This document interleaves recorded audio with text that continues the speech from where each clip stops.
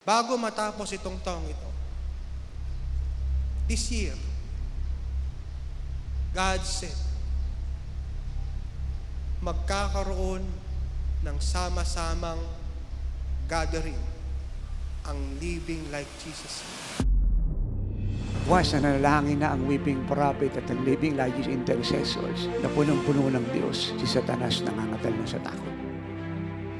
Ang tanging kinakatakutan niya, may bata, matanda, lalaki at babae na nananalangin kagaya ng Panginoon itong kinakatakutan. Living like Jesus Church, ito yung buhay ng Panginoon. He lived to pray. Kaya nga siya yung greatest intercessor. Hindi siya nag-offer ng panalangin sa God the Father. In-offer niya yung buhay niya sa pananalangin. Wala siyang ginawa kahit anong malibang nag-pray siya. Walang maliit o malaking trabaho, lahat ay dinaan niya sa panalangin.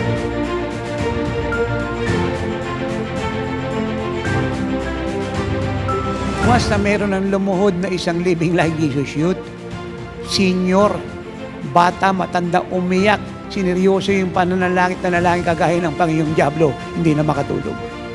Naalarma na siya, natataranta na.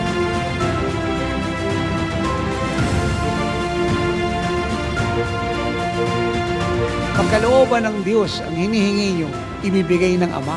Meron kayong confidence na hinihingi nyo dahil kalooban ng Ama ay didinig niya. At dahil kayo dinidinig niya, mapapasa inyo nga ang hinihingi nyo sa Kanya.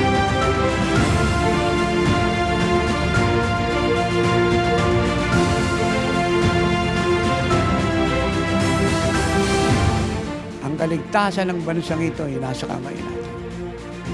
Hindi titigil ang panawagang manalangin. And every prayer must be a violent prayer. It must be an apostolic, prophetic, living like this intercession. Our prayer is coming in between. Tayo po yung nagmi-mediate, nagbibit-bit. Tayo po yung naghahatak na ng will ng Lord papunta po sa buong mundo.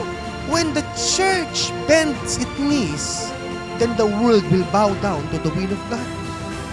The Holy Spirit invasion is here. And it will invade every cities, every campus, every universities, every regions, every islands, every nations, till they will become like Jesus. November 23 and 24, be here. Yung gagawin ng Diyos dito ay sobra-sobra.